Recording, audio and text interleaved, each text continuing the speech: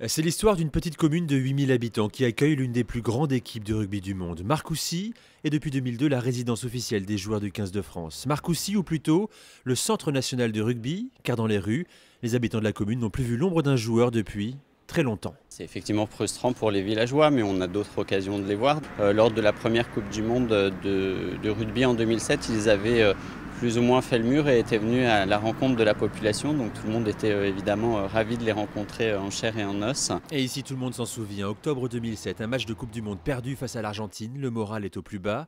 Les 30 joueurs se retrouvent au baratin. Depuis, plus rien ou presque. Le 15 ne fait pas vivre Marcoussis.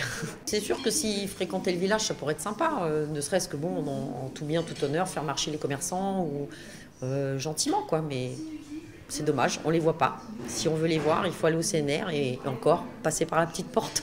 Car la grande porte en fer du centre de Marcoussis est infranchissable sans autorisation. Les intrus n'iraient de toute façon pas bien loin. Le site est équipé de caméras de surveillance. Les joueurs peuvent ainsi vivre cachés en toute tranquillité dans leur résidence, que certains ont baptisée Marcatraz, en référence à la légendaire prison américaine.